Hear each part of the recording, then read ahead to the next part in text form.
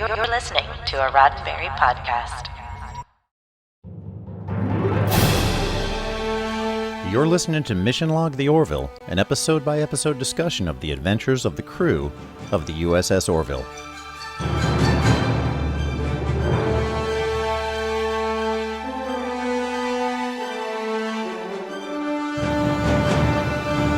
Welcome to another episode of Mission Log the Orville. Join us as we follow the adventures of the USS Orville and open that jar of pickles one more time to savor the meanings, morals, and messages in the episode Home, and see if they align with the Roddenberry Star Trek philosophy. My name is Mike Richards. And I'm Jessica Lynn Verdi. Mission Log the Orville is a conversation that depends on your participation, mostly. So you can share your thoughts, ideas, and tell us what we missed at ML_the Orville on Twitter, Mission Log Pod on Facebook, or you can email us at missionlog-theorville@roddenberry.com. If you're watching us on the Roddenberry YouTube channel, please hit like and subscribe. And remember, we might use your comments in an upcoming episode. So, Mike, give us the recap, Mike. All right, I should have grabbed a double Xelaya tequila for this one, but here goes. No. Oh, no. Prologue. Ladies and gentlemen, you could have been anywhere in the world tonight, but you're here with us on the Orville. Are you ready for the Friday night arm wrestling battle between the slayin' Xelaya Alara Kitan and Isaac from Kalon? Alara leads the series 16-14, but tonight it's Isaac for the win. Boom! Unfortunately, this left Alara injured. Fortunately, it was a clean break, which will heal in about 30 minutes. But wait a minute. Alara's muscle mass is down 20%. Her bone density is down 5%. She's losing her strength. Act 1. Dr. Finn explains that living in relatively low gravity causes the loss of bone density and muscle mass. This happened to human astronauts back in the day, as well as other Xelayans. Some bounced back quickly. One took 4 years, and one was never able to leave Xelaya again. The sooner Alara goes home, the better her chances are. Ed says her job will always be waiting for her, no matter how long it takes. Just get better, okay? After a final visit to the bridge, Alara promises to beat this and come back tougher than ever.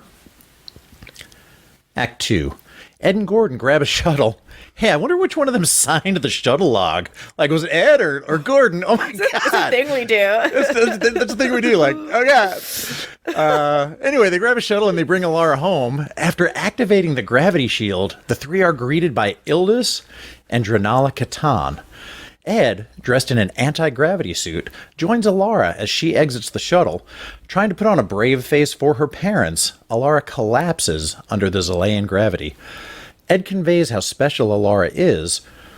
She saved many lives, including his. Unimpressed, Ildis and Alara are unable to hide their disdain for the military or their disappointment with Alara.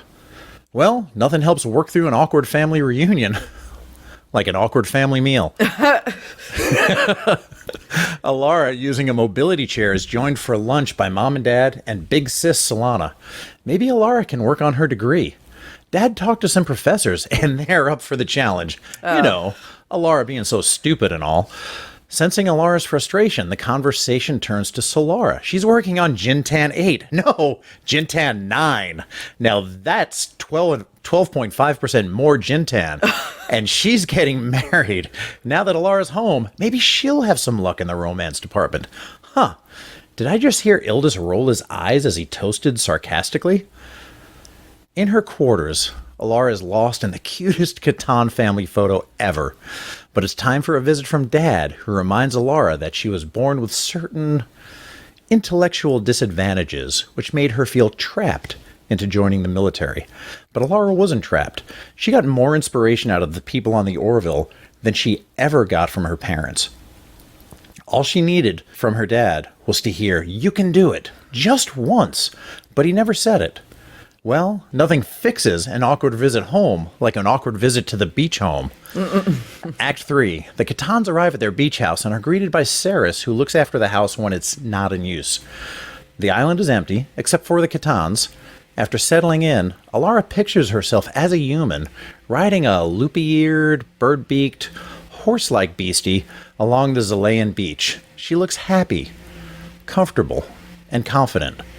As she comes back to reality, she sees a light in one of the other beach houses. Looks like somebody else is enjoying the island during the off-season. Act 4. On the Orville, Ed and Kelly are discussing staffing issues when Bortus introduces Lieutenant Tharl. He's the interim security chief. His references are solid. His last captain seemed to like him a lot. At that, Tharl is off and running, working through lunch, pounding food, man. just pounding it. Just pounding it. Pound it. Back on Xelaya, Alara is trying to walk on her own as their neighbors introduce themselves as Cambus and Florada Boren. They're afraid someone was in their house the night before. Do they know of anyone else on the island? Only Saris, their caretaker, but he left already. Going into full-on security chief mode, Alara sets off to visit Saris' cottage with Solana. Turns out Solana is a little envious of Alara's adventures. She thinks the soldiers want to be brains, and the brains secretly want to be muscle, and Alara asks, why can't you have both? In Saris' cottage, they find that he never left the island, as his stuff is still all there. Act 5. That night, the Kitans have the Borans over for dinner. The conversation is light. They have a lot in common. Their son Galdus is a professor at a medical school, a bit of a prodigy. Well, soup's on, but as Ildus goes to use the ladle to serve his spicy Trevalve sauce, Cambus pulls out a weapon and forces him to reach into the boiling pot with his bare hand, severely burning himself in the process. You see, Galdus died last year of suicide after Ildus destroyed his life and career. Ildus found Galdus' research flawed, rushed. Research which showed that the Malara vaccine led to Torrens syndrome in children, a vaccine that was needed to save thousands. Cambus wants Ildus to publicly state that he was wrong, that Gildus was right, and that he can't live with the shame. This hostage situation is interrupted by the arrival of Ed and Gordon, needing to tell Alara that Dr. Finn has found a treatment for her. Insisting on speaking to Alara, Ed is shot by Cambus, damaging his anti-gravity suit. As Cambus goes to finish Ed off, Alara gets the jump on Floretta and disables her. Disables her real good. That's quite the euphemism.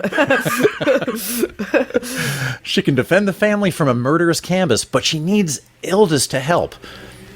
He's hesitant, but she tells him, you can do this. You need to jump over the balcony and help Ed. Alara takes out Cambus, takes him out real good too, as Ildus gets Ed back to the shuttle and inside the gravity shield, just in the nick of time. Ildus, seeing his daughter, seemingly for the first time, admits that he never knew her, that he never tried to know her. But he is proud, so very proud of her, and he's sorry that she got him as a father. Back on the Orville, Claire and John brief Alara on the treatment they devised for her. It'll be tough, but she can remain chief of security as long as she wants. That's great news, right? Well, dang. Turns out Alara decided not to do the treatments. She joined the fleet because she never really had a family. She wanted to be part of something bigger than herself. The Orville was warm. It was welcoming. It was needed. But she found something on Xelaya. She found her family, and she needs to be with them. She'll never forget the Orville, and she'll always be welcome back.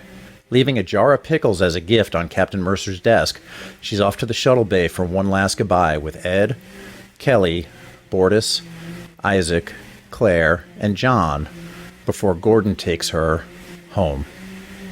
The end. Home. That is so good, Mike. That was as entertaining as watching the episode. Well, thanks. I enjoyed doing the recaps, and I enjoyed listening to the recaps on the other Mission Log shows. So hopefully, it kind of throws a little nuance in there, maybe a couple of chuckles. Yeah, I enjoyed it. This was thoroughly enjoyable for me. So I don't, whatever anyone else thinks, you can walk away with that. So tell us who did what in this episode? What's going on? Well, this was this was written also by Sherry Shiva Pravat Damrong, who we discussed at length in an earlier episode, Family Guy alum, and has a producing role as well as a part-time writing role on the Orville. John Cassard joins the cast for the second time as the director, and he directed the episode Krill, He does 3 more in season 2, and he reportedly and Seth MacFarlane are the only 2 directors during season 3, and he's taking on much more of a production role in the show also. That relationship goes back to Brandon Braga and John Cassar working on 24 together. And Brandon invited John Cassar to work on the Orville. And as John Cassar described himself, he's kind of the torture guy, the horror guy. He's not the comedy guy. But once they exposed him to the scripts and the storylines that they asked him to direct, he was all in. So again, the Krill had some darker scenes in it, that episode, as well as definitely this episode does. Totally. As well. And it's Joel McNeely's turn doing the music, and my humble opinion, just knocks it out of the park in this episode. So much good scoring. We've got Robert Picardo and Molly Hagan back as Ildis and Alara Kitan, our favorite EMH and Vorta, making their second appearance on the Orville. John Billingsley and Carrie O'Malley as Cambus and Florada Boren. John Billingsley needing no introduction for Star Trek fans. He was Dr. Phlox in Star Trek Enterprise. And Candace King as Solana Kitan from The Vampire Diaries. She played Caroline Forbes for the entire run of that series. And we have Patrick Warburton as Lieutenant Tharl. Just pounding food, man. Famous for David Putty on Seinfeld. That's his character's name? I forgot that's what his character's name was. So, you and I always bounce back to Community so often. That's kind of like where we regress to in our natural state. Totally. So, and I kept thinking Daniel Putty, and I almost wrote that down, and I was like, no, not Daniel Putty, David Putty. Yeah, Daniel Putty. Yeah, got it. Okay, yep. So, yeah, Joe Swanson and David Putty, and many Putty, other roles. Yeah. Funny. So, good cast on this one, and John Billingsley, just want to talk about him a little bit. By the time this episode airs, there will already be an event which John Billingsley is very involved in. That's the Hollywood Food Coalition, and he is instrumental in that. Advertises quite often on the Roddenberry podcast network. He does that with that? He does okay, Sci-Fi cool. 5. Yeah. And they're having a big event January 15th, which will have already happened, sadly. But look up the Hollywood Food Coalition, and it is a wonderful organization that provides hot meals to homeless around the Los Angeles area. That's so lovely. I had the pleasure of meeting him at Star Trek Las Vegas, and I have never watched Enterprise, so I didn't care. But I was like, this guy is cool. That guy is cool. Exactly. Like, I just very irreverent. He's just one of the guys. He doesn't just speaks his mind without fear or retribution. And he turned to me to introduce himself. Of course I knew he was an actor, and when I meet other actors, I really do a good job of not being intimidated because I'm a peer. I'm as good of an actor as they are. I just don't happen to be on a TV show yet or whatever. So I really don't go into it intimidated. But I also do notice who wants to look at themselves as above other people. And he was just super down to earth. So it was really exciting to see him in this episode. It's almost like Seth calls the casting directors from old Star Trek episodes, and it's like, hey, can you get me a couple people to audition for this? There is, or just folks that he knows through the industry, through different connections. And again, Brandon was very involved in Enterprise, so I'm sure that was definitely not a large leap there. But great to see him. Just so charming. I too saw John Billingsley in Star Trek Las Vegas, but I saw him on the stage with you from afar, from the cheap seats. So fair enough. Well, no, actually, I wasn't on stage for that. He was there for John Champion's the question show match game, and so I think I went up after and then talked to him. I don't know. It was just like, this guy's cool. You just know when you're going to be buds with somebody, and he was super buds. Yeah, that was a fun. John, everyone on that stage knocked it out of the park. That was a really fun show. And so well done when he went from, kind of charming neighbor, intellectual, really bonding with Robert Picardo's character, and just instantly went into psycho mode. And I thought, is this a germaphobe thing? Is this like what's happening here as this episode unfolded, but just flipped a switch and was completely terrifying. Terrifying. Well, no, I would say similar. Like that was exactly my experience. And then even rewatching it, I'm like, this is no less comforting knowing what's going to happen next. And I don't think I've ever seen anything like that when it comes to torturing somebody or holding someone hostage, is making them put their hand in a boiling pot. It's grotesque. And so it makes sense that the director has his roots in some horror, because it really was effective. No kidding. But how about that family meal? We both kind of chuckled at that at the recap, where nothing makes an awkward family reunion more awkward than an awkward family meal. Boy, after leaving home to go to college and then coming back and visiting and just sort of getting some of that level of judginess and sort of disconnect at that point after leaving home, I can definitely relate to that. Yeah, I have the good fortune of not only loving my family but liking them as well. There's not a lot of we fight like any other good family that doesn't know how to communicate. And we've done there's also like a cold shoulder thing that our family does really well. Like one person will be in the other room. You just don't even talk to that person, so that can be awkward. But I've seen it depicted, and I know the dissonance. It actually happens a lot in the acting industry, where parents. I had the pleasure of meeting a lot of brand new actors fresh off the boat in Los Angeles, and kind of helping them in their career, because I was basically trying to sell them classes. But to my credit, I believed in those classes, and I really thought people who followed the regimen of those classes could find a lot of success. Which there's a bunch of places that don't guarantee that. So it was an easy sell. But I would meet people who'd be like, I only have 6 months to make it, or my parents don't even know I'm here, or they, or whatever. Like, my parents don't support me. And, they think I'm going to SUNY or whatever, right? Yeah, I'm going to LA Unified District, So they just... It's already hard enough to follow your dreams, let alone not being accepted by a family member or your family. And, that traverses so many different lifestyles, right? But that's just how I just knew that the job I do today would have been so much harder if my parents were demeaning me or didn't believe I should be doing it. She's going through something a little bit different, where they just think she is inadequate. And that's very tough too. And something I kind of want to talk about later on, when it comes to psychology and other people's fears and projection. So I'm gonna put a pin in that. Interesting. I'd love to hear more about that, because, I was going to say that I love that photo of cute little Alara Kitan with the family photo in her bedroom.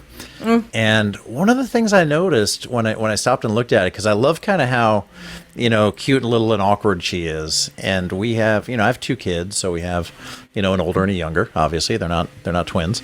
And the little one was always kind of, up on his toes, kind of trying to get his face into the shot, because he saw everybody else up here, and just kind of making a little bit more of a, kind of trying harder to be on everybody else's level. And I saw that in her, but then I saw something else when I took a closer look. She was the only one smiling in that picture. Oh, I think I noticed that, but unconsciously. Yeah. So mom and dad were very stoic.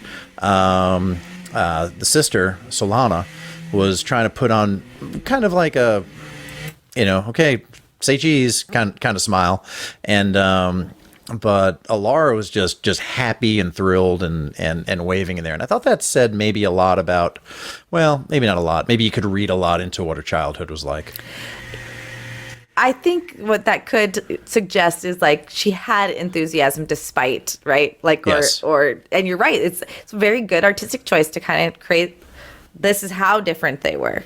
So, and she wasn't an unhappy, she had a good spirit despite not being understood. Yeah, no kidding. That's a really good point. Gordon is trash. His whole family is trash. That's an example of good humor. That just makes me realize that we are trash. We're just, like I go into places and I'm like, oh my god, so many people are so much better than I am. We are just trash. And then he leaves trash on the ground. He throws that kind of like aluminum beer bottle out into the outside the gravity shield, and it just drives away. I didn't even think about that. It's such a white trash thing to do. Yeah. It's like to see how it could get crushed. It's so funny. But he was right about the planet, man. That was gorgeous. And what I loved about it was it's obviously Xelaya is supposed to be a high gravity planet, right? Right. So almost like the quality of like a gas giant with rings and a bunch of moons and things like that. So it had all the trappings of like a gas giant with like, we've seen in James Cameron's Avatar. Oh, okay. Or just like the planet Venus, or excuse me, not Venus, Saturn, with rings and lots of moons and things like that. So we saw that, but it was with more of like a rocky Earth-like planet. A Terra thing going on. Yeah, terra firma, and it was great. So I thought it was gorgeous. And before I'm holding one thing purposely for last, but are we going to talk about Tharl? I'm Earl. I'm trying to. So what do you want to know? He reminded me of, like, so in my career field, usually new hires are like very happy to be there, and they're like very trying to make a good impression on the people they meet. And every once in a while, there's a Tharl who you can tell just doesn't like, man, this is just going to speak their mind, like not really care about making a good impression. Just like, dude, this is sick, man. This is pitching. This is bitch. Yeah, he doesn't even care. Just doesn't even really seem to care. Might do a great job. Might be a sign of confidence. Might be a sign of overconfidence. Might be a sign of just not really caring. We'll learn more. It does seem like he's rubbing the rest of the crew the wrong way. Eating his stew on the bridge and working through lunch. That was what it had me question was, were they being speciest again? You know, were they like, oh, I just cannot look at that esophagus anymore? Yeah, it's not. But it's also, again, it's just like he's different, so they're judging him. Yeah, in a sense. But yes, having food on the bridge, it's a little bit of a no-no, but. Pretty interesting. We'll see if Mike and Denise Okuda would mind, having to wipe the stew off of their beautifully designed displays on the ship. It's so disturbing. So, and then the big one, kind of the elephant in the room in this episode. Man, why the heck did Halston Sage leave, or told to leave, or written off, or by choice, by mutual choice? What do you think? So, I couldn't help but project onto the entire episode Seth writing her out because she here's what I think happened. She probably wanted to leave because they probably broke up and she didn't want to work with him anymore, or it was too emotional, or whatever. I'm projecting because I've done something similar in my life where it was like too hard. You have enough strength to finish out the job up to a certain point. There are a couple, shows that I was able to do, and then I was out. And what I know, and that's referring to the improv that I've done. And what I know about doing the improv is sometimes we work out those problems on stage because that's what we're... More times than not, some of those storylines were what was going on in the background of our, Oh, that's too funny. Now I've got to watch all of season 1 and season 2 of the improvised generation. I would say jump to season 2 because I'm in that more. So because I'm not just a black shirt in that. But it just happens. Even with Ripley, it happens. Like some of our behind the Ripley being my all-female improv group will work out things we just learned that my characters pontificate on something that I just learned that day. It's just how it goes. There was so many lines of dialogue that could have just as easily have been Seth talking to Halston saying, anytime you want to come back to the show, you're welcome. And it's questionable because he's in a position of power, and should he be hooking up with his co-stars. And he's apparently dating another woman who is going to be in season 3, Ann Winters. So how's that going to explode? And I'm not going to spoil whether Tharl stays on the ship or doesn't. But man, I'm going to point it out really hard when a couple things happen with our new security chief officer, because it's uncomfortable. I think it was probably the best decision for them to not work together, if that's how things ended for them. I'm sure there's some amicableness going on there, and I think they probably cared for each other. It just was no longer the right working environment for them. I can't imagine giving up a lead on a TV show because of that. Although, if that was what either of them needed for their mental health, I actually respect that very strongly.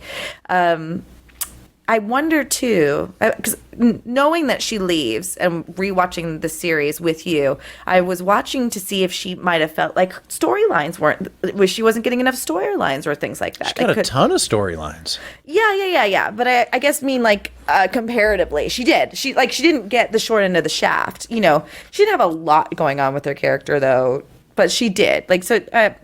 I'm being contradictory. What would you say the main 3 things of her character were? Well, I mean, there were her perceived shortcomings because of her age in the first episode, which we addressed right away in Command Performance episode 2. She had a great showing in Firestorm, although maybe misguided treatment for trauma, like we discussed. But she came through it as a top shelf officer. I think Ed put it. Yeah. Hit every softball out of the park, and then she, in Cupid's Dagger, ran the show, was the one to identify the issues and basically take command of that situation also and save the day, as well as she contributed quite a bit to If the Stars Should Appear. So she had a very strong character, I thought. You're totally right. I still just can't help but think about how many people she's tried to date and not working out. So super strength, terrible dating, right? And you did say quality, super strength, terrible dating record, and there's sort of this, and I think Ed projects onto her because in the bar. Right. Season 2, episode 1, Geloja, when Ed said, "You and I have more in common than anybody on the ship because we're good at our jobs, we take ourselves seriously, and there's some piece of us that thinks we don't really belong here." And if I was Alara at that point, I would have looked at him and said, "Speak for yourself, homeboy. I'm good. I've proven myself time and time again." And the way I read that too is I would be like, well, I guess you're the lead creator of the show, so that must be true that my character is that way. Yeah. So I just, I guess that's a good, those are all perfect points you made, because I was trying to see if there was any other reason if she was leaving the show. I don't think it's because she wasn't getting enough time or her character wasn't getting enough. So all I've heard was I've heard lots of conjecture. Like one was the dating ended and the working relationship dissolved. Right. During a publicity tour for Prodigal Son, which was Halston Sage's next show after this, they asked her if it was her choice to leave the Orville, and she said it wasn't about choice, it was about what was best for the show. So left that very cryptic. Neither Fox nor Seth MacFarlane ever commented publicly on why she left. And then there was just some other conjecture and speculation that I really don't like to speak of, but I'm about to, so whatever. That this show felt like it wanted to take itself more seriously and needed a more serious chief of security. And I call bollocks on that, because I don't think you could get a more serious, better qualified, or more competent chief of security than Alara Kitan has proven herself to be. Yeah, that sounds like a lot of hot doo-doo. That's hooey. Yeah. Basically, acting sometimes is just how good can you project your personality, and I don't know how much she actually gelled with that role. For me, even though I totally see her as Alara Kitan, I don't see her as anything else. It's also just left of the casting that I would have made for that character. Just a little left. That's all. You're a professional. I am not. As a fan, I found her adequate. Her acting to be believable. And it quite is adequate. totally, and it didn't lack anything in my mind. There are times where I do see folks trying to cry or emote, and you can tell there's just something a little bit off about it. I cannot cite an example of that with Halston Sage on this show. And that's why I'm saying it's not like she's a bad actor. I just think that I would have gone a different. That's probably the better way to put it. I would have gone a different way with casting with her, probably. But at the same time, I can't picture anyone else being. Well, if they ever replace her with somebody other than an interim security chief, then we can talk about whether that's a move more in the right direction or not. In your point, and from your point of view, we'll see. But I have opinions, so we'll move on. We'll move on from there. But there's so much to be said. Ultimately, it is. I think it's unfortunate that we lost her so early in the series, and I hope it's not for the reasons I think it is. But I think it's just because they couldn't work together anymore. Yeah, I really I would be very disappointed almost to the show if it was some sort of power play by somebody in charge. I think it's less that, and probably just the two people that aren't dating anymore don't want to work together. I really do think that, which also sucks because, again, we've talked about this in different ways. Seth has a responsibility as the leader of this crew to make responsible choices, and we've talked about that in your pants. We've talked about that on episodes of this show. Yes. Is it ethical to do that? That is a team leader, team member relationship that is always going to be fraught with difficulty. You have to tread lightly, and it's got to be separated. But it's not like the captain's dating the new stellar cartographer or anything. So no, not at all. So we'll that'll never happen.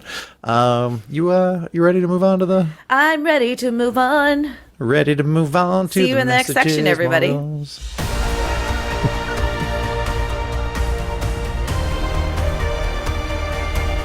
So we've come to the part of the show where we explore the big ideas in the episode Home and discuss the meanings, morals, and messages to see if they align with the Roddenberry Star Trek philosophy.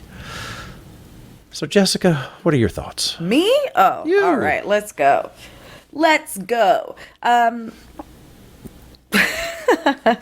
There's so much to talk about, and the things I have listed that I want to talk about is where do we get our sense of self-worth?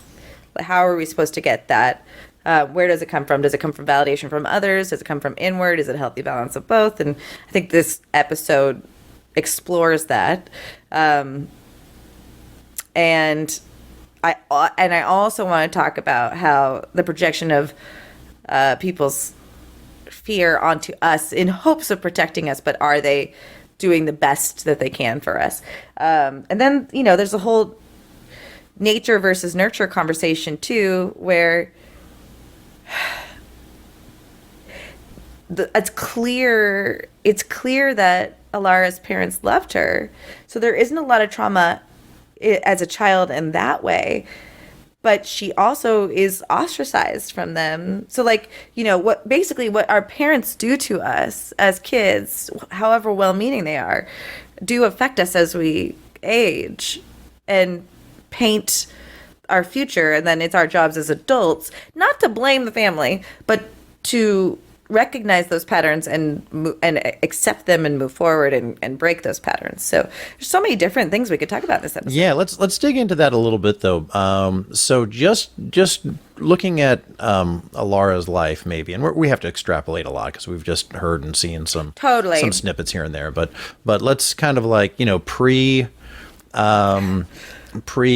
Planetary Union service and post Planetary Union service, or post enlisting anyway.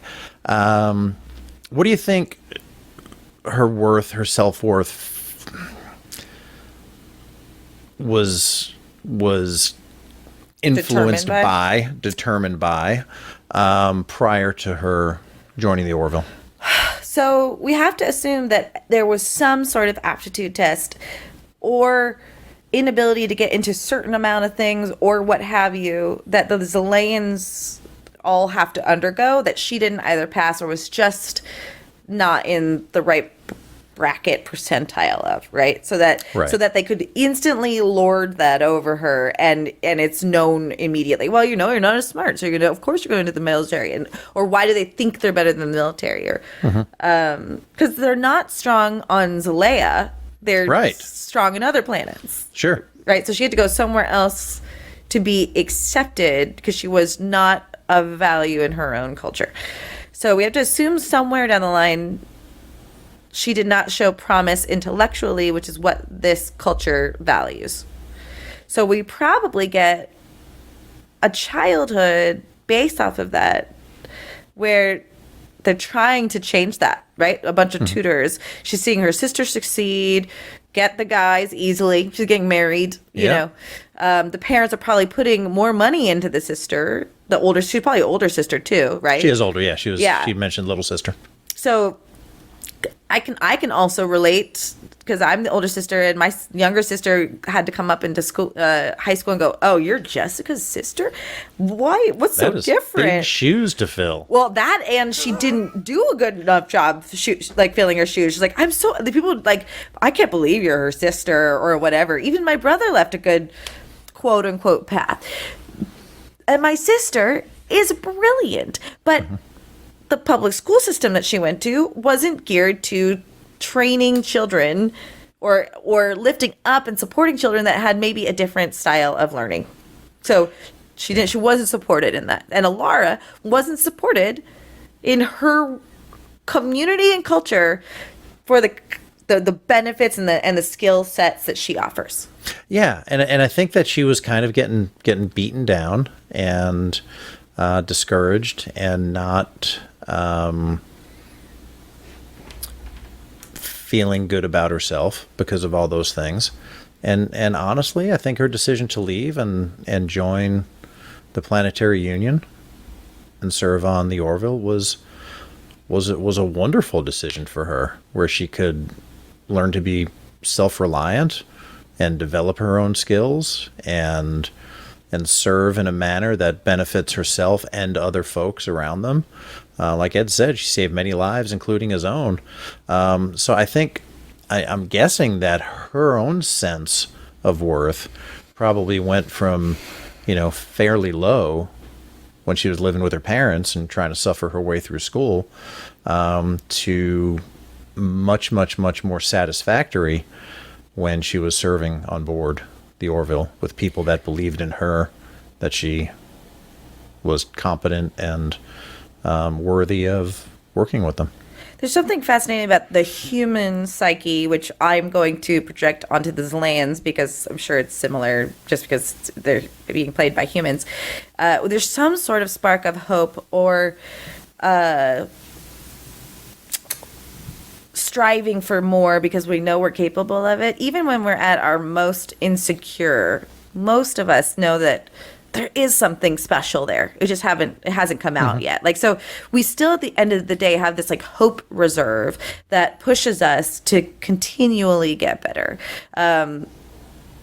There's something psychologically there. So she had to have known that she had something to offer by going into the military, whether she knew she was valued by her culture or not. And I think maybe that, I guess what I'm trying to say is none of us have this perfect shining example of a childhood, yet a lot of us do turn out okay.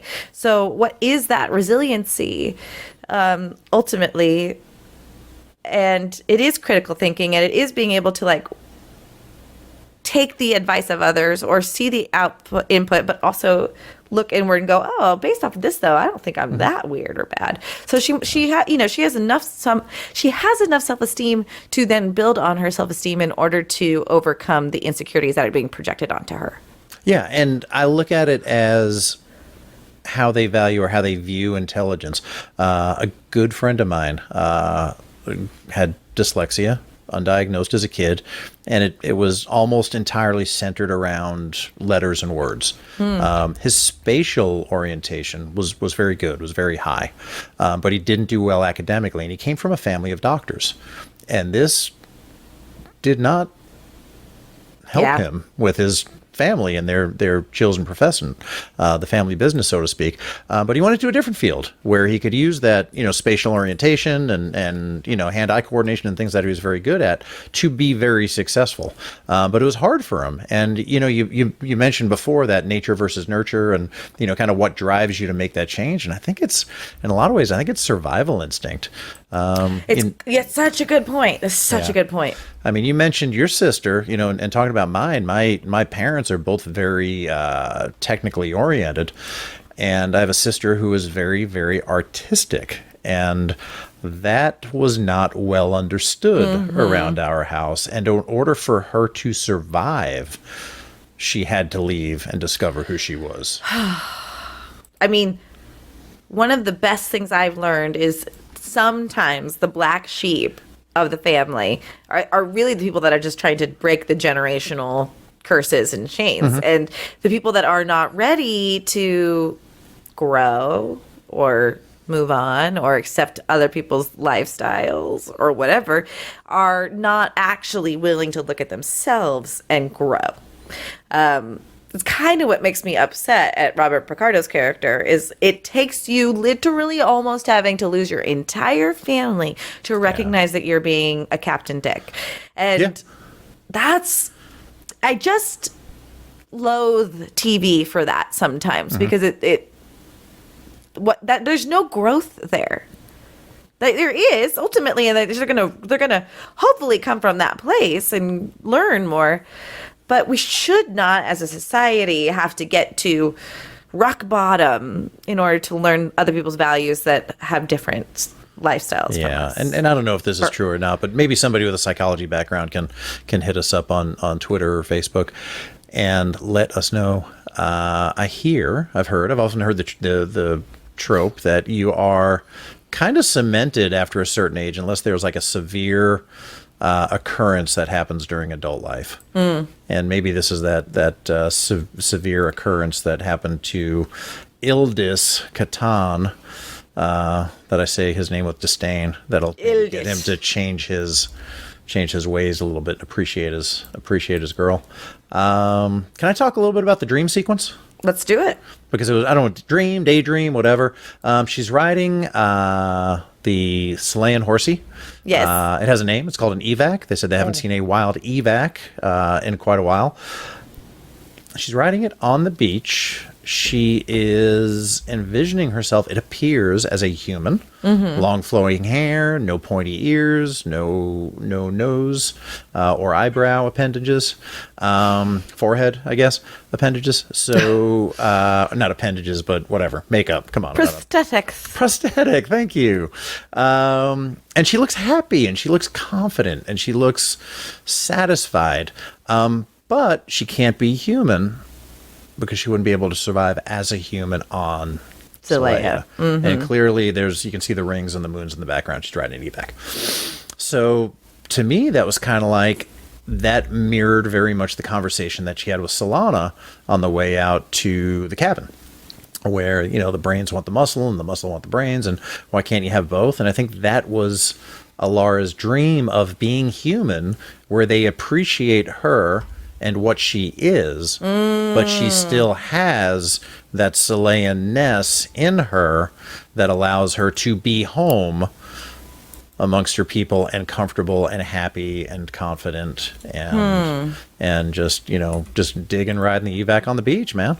So I loved that scene. That scene is kind of critically sometimes pointed to as really, really beyond needing to be in this episode. I think it very much needed to be in this episode. Why? Who thinks that that's the right opinion? Oh, just whatever. Folks on the internet. The internet does. The internet is wrong. The internet's wrong about that. I thought that scene was beautiful, and I think it showed how she could try to incorporate.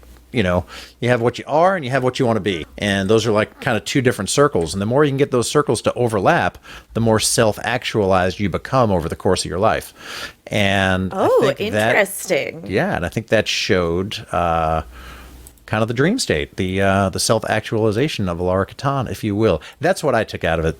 I could be wrong. Let me know. I think people are entitled to their opinions, however right or wrong they may be. And I think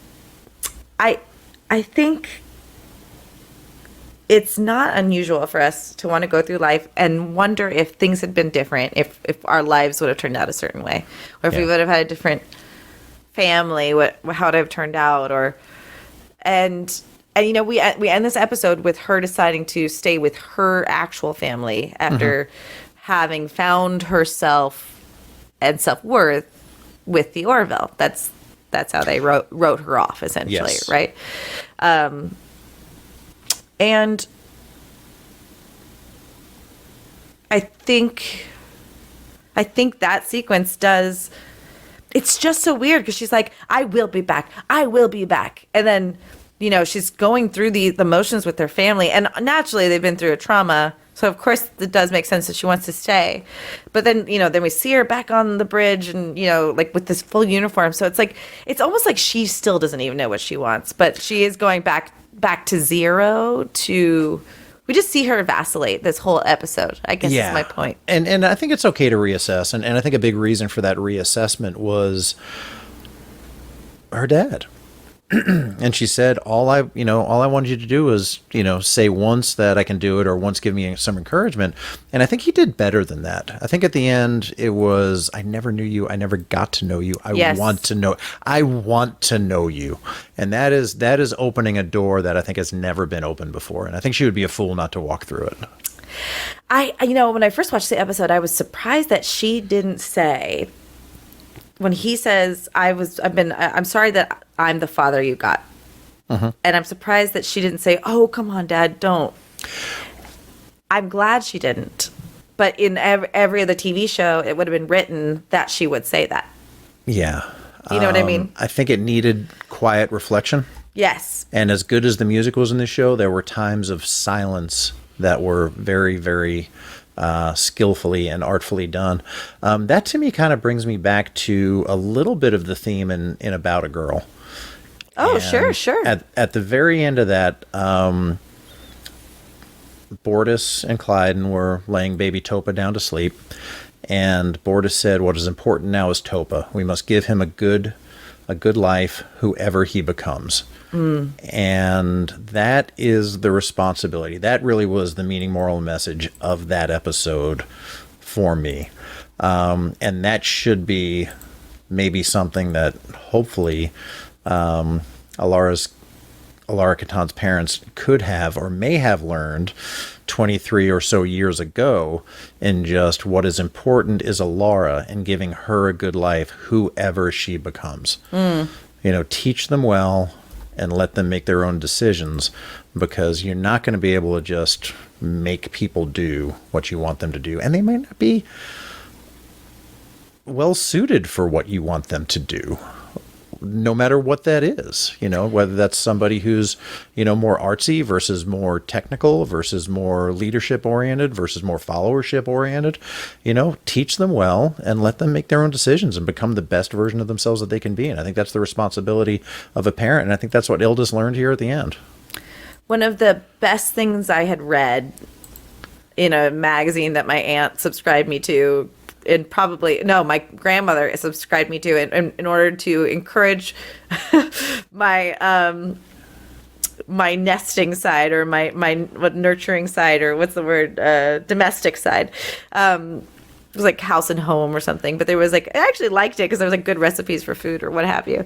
And someone wrote an article about how they were pregnant and they were so excited for the baby that they were gonna have, and the baby could have been president, and how we're gonna treat it so good, and blah blah blah blah blah blah. And then the child in utero is diagnosed with a mental disability, that is not terrible, but it all of a sudden takes away all the things that you thought could happen. Which I want to live in a world where there are more possibilities for people with disabilities, obviously. Yes. But what it taught this woman was that the worst thing she could have done to any baby in any state was give them expectations for a future that didn't exist, and then try to make them adhere to that. So the effect was instead that she just got to love that baby day by day as much as possible, and then take care of that baby's needs day by day, and do the best that she could for that baby. And one of the hardest things that we do in our life, it's like really hard to strike this balance of be here now, be in the present, right? Don't think about the past, don't think about the future, but you have to think about the future a little bit, because you have to make sure you're wearing clothes and have food for later so that you're alive in the future. And what you learned in the past helps inform what you're making a decision now in the present. You know, like if you're thinking about it in terms of like light and enlightenment, whatever. But striking a healthy balance of, that would be nice if that happened, or maybe it wouldn't be nice, or I have no idea how this effect is going to have. Not over expecting for people. That's hard. Having expectations, not having expectations is hard. It is, and we've kind of leaked over into messages, morals, and meanings. And we should probably transition to that and make it official. But do we want to talk about anti-vaxxers at all? Ooh. I mean, this came out in 2019, so it wasn't COVID vaccine they were talking about. It was probably more of, the anti-vaccine for lots of reasons. There were people not vaccinating their kids because there was fear of autism spectrum issues and things like that. Was that a little hint at that with Galdis and the paper that Ildis wrote about him? Right. So I would personally think that it probably is better if we don't get into that too much. And here's why. I think people that have an anti-vax position have their reasons for feeling that way. And for as much as we think we know, as I'm assuming you're a pro-vaccination, as I have been too, we assume to know everything. And there are a lot of people that have been negatively affected by vaccines, and I can understand why they believe what they believe as well. What I really loved about what Robert Picardo's character said ultimately was that his paper needed more peer review. Boom. And if that's true, which we have to assume that that's true, that Galdis may have been on the forefront of a groundbreaking discovery with a vaccine, and it also could have also saved thousands of lives. It could have damaged 200 lives giving them the vaccine, though. But I think all we need in this country is a deeper understanding of what the scientific process is and what peer review science is like as well. And I did just learn this, and this is not peer reviewed, and this was secondhand information, but I also am going to do some research on for myself personally.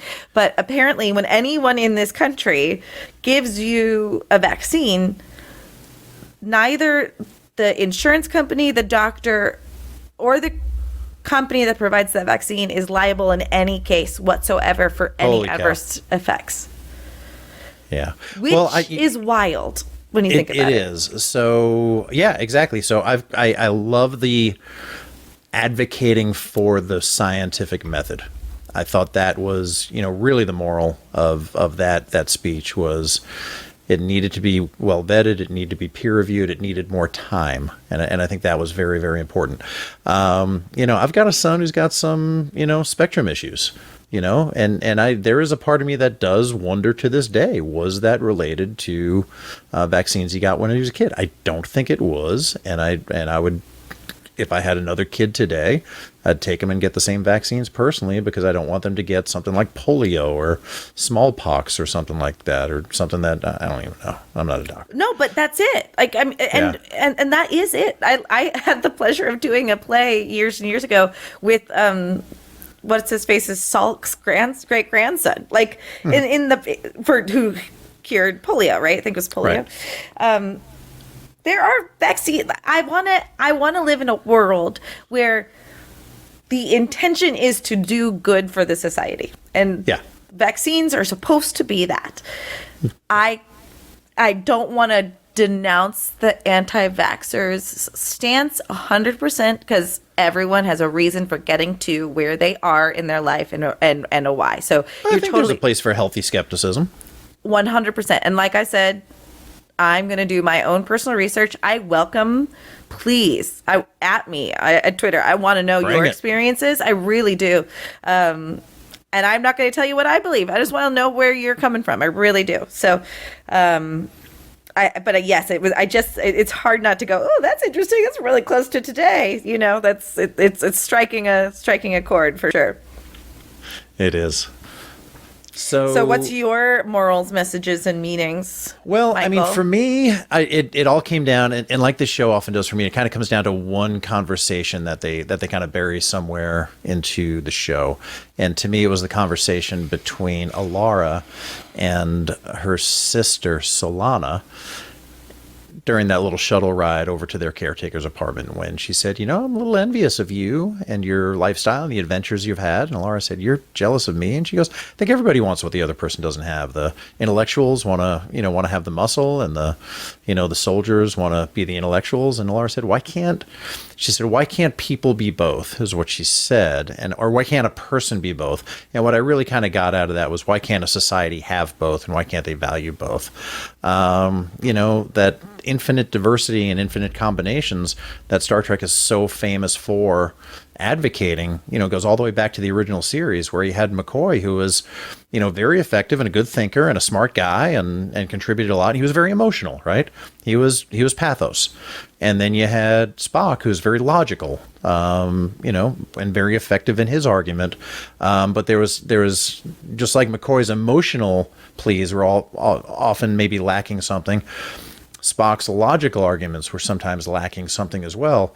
And then there was Kirk, who was ethos, and he relied more on authority and realism and ethics and, living in the real world, and kind of had to take those things and mash them together. But none of those things on their own could make a sound, complete argument. It took all three, and it was designed that way, to let people know that it takes all kinds in order to make things work right and make them whole. And I think that was the meaning behind the conversation of, can't people be both? Can't they be strong and smart? And next thing I thought of was just family. You have your biological family and your logical family. And Star Trek is strewn with orphans and people that have really crappy families, right? You have Tasha Yar. I think she was an orphan. Riker's dad was a jerk. Worf had wonderful parents, but he wanted to be Klingon so bad, he was kind of a jerk to them. Oh, yeah. Yeah. You got Picard, whose dad was, I think, very traditional, but he was dead by the time he got sucked. And his brother sucked. Yeah. You got Spock, whose dad sucked. His mom was cool, but his dad sucked. You got Bashir, whose parents were nice, but kind of ill-informed, and they got him all, genetically altered and stuff. And Quark's mom was, she was a big fan of Rom, not a big Quark fan. So lots of family problems. They always kind of had some interactions, but I don't remember any resolutions in any of those, right? You had Riker fight his dad, and I wish I could remember the name of the game right now. I can't think of it. But they kind of beat the hell out of each other in some kind of blind martial arts game. You had Worf kind of deal with his parents, but eventually they were just like, we're done with you guys. And this show actually had some resolution between Alara and her family. And she was able to go home and mend fences and maybe kind of fill that void. So I think that's what I took away from it, is that, if you've got an issue with a family member and a door opens and you can walk through it and make that relationship better while there's time, because there's not always going to be time, do it now. I think we got that resolution because Halston Sage was leaving the episode. They're leaving the show. And I know you're not saying this, but conversely, if someone in your family isn't healthy for you, you're also free to repair that relationship, but at a distance as well.